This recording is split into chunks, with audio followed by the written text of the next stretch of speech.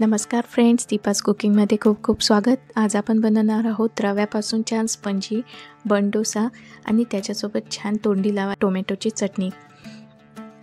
चला तर मग रेसिपीला सुरुवात करूया। येथे मिक्सरच्या भांड्यामध्ये 1 कप सुजी घेतलेली आहे। सुजी म्हणजेच रवा, बारीक रवा घेतलेला आहे मी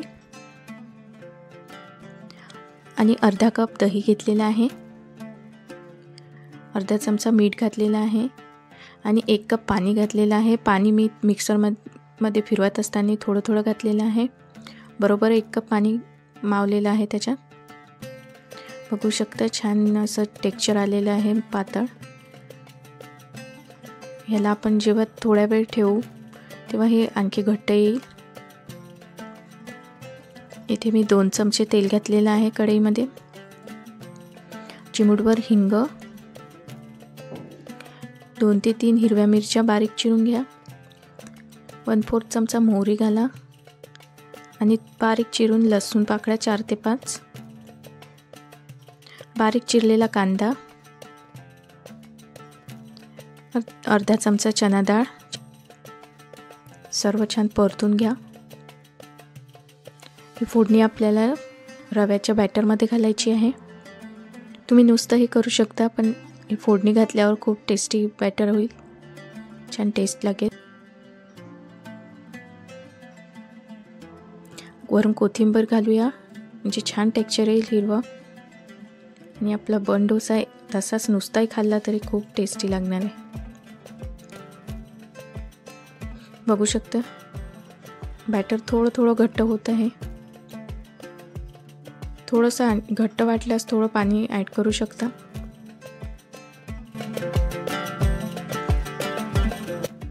आता तोपर्यंत चटणी करून घेऊ। त्याच कढईमध्ये मी 2 चमचे तेल घातलेलं आहे। चिमूटभर हिंग घालून घेऊ। अगदी जाडसर 2 ते 3 काप आल्याचे घातलेले आहे।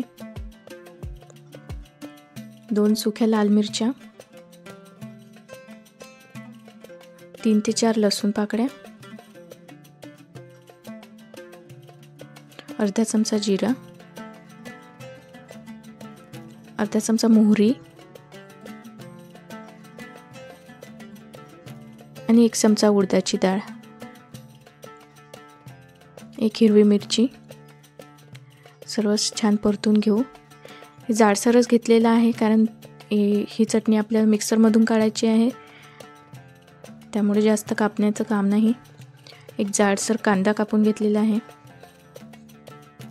कांदा परतून घेऊ आणि अर्धा चमचा काश्मीरी लाल मिरची रंगासाठी।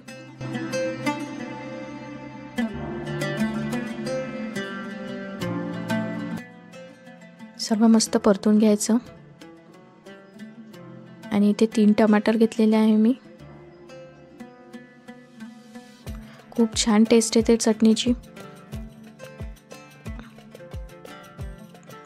चवीनुसार मीठ घालून घेऊ।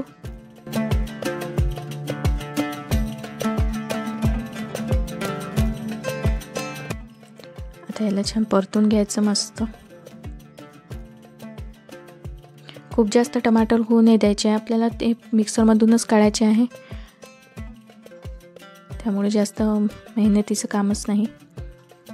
बघू शकता चटणीला छान थंड होऊ द्यायचं। वरून कोथिंबीर घातलेली आहे। आता मिक्सरमधून ही छान चटणी काढून घ्यायची, खूप टेस्टी लागते।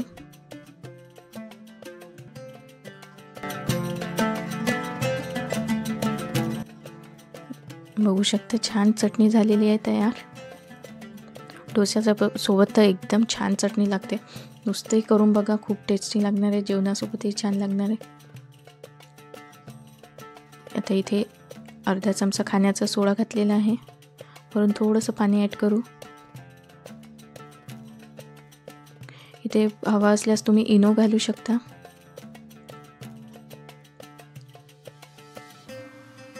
आता इथे मी तडका पॅन घेतलेला आहे।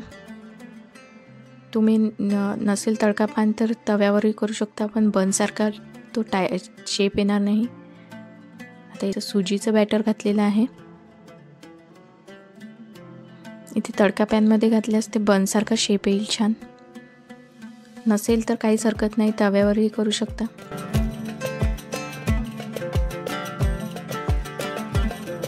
आजूबाजूला तेल घालून घेऊ आणि याला छान होऊ द्यायचं आहे, नाहीतर आतमध्ये कच्चेच राहतील. मस्त शेकून घ्यायचे. बघू शकता किती छान टेक्स्चर आलेलं आहे. अगदी स्पंजी डोसा तयार होतो. अशाच प्रकारे बाकीचे करून घेऊ. बघू शकता छान स्पंजी टेक्स्चर आलेलं आहे. अगदी सोपी रेसिपी आहे, तुम्हीही करून बघा आणि चॅनलला लाईक, शेअर आणि सबस्क्राईब करा. थँक्यू.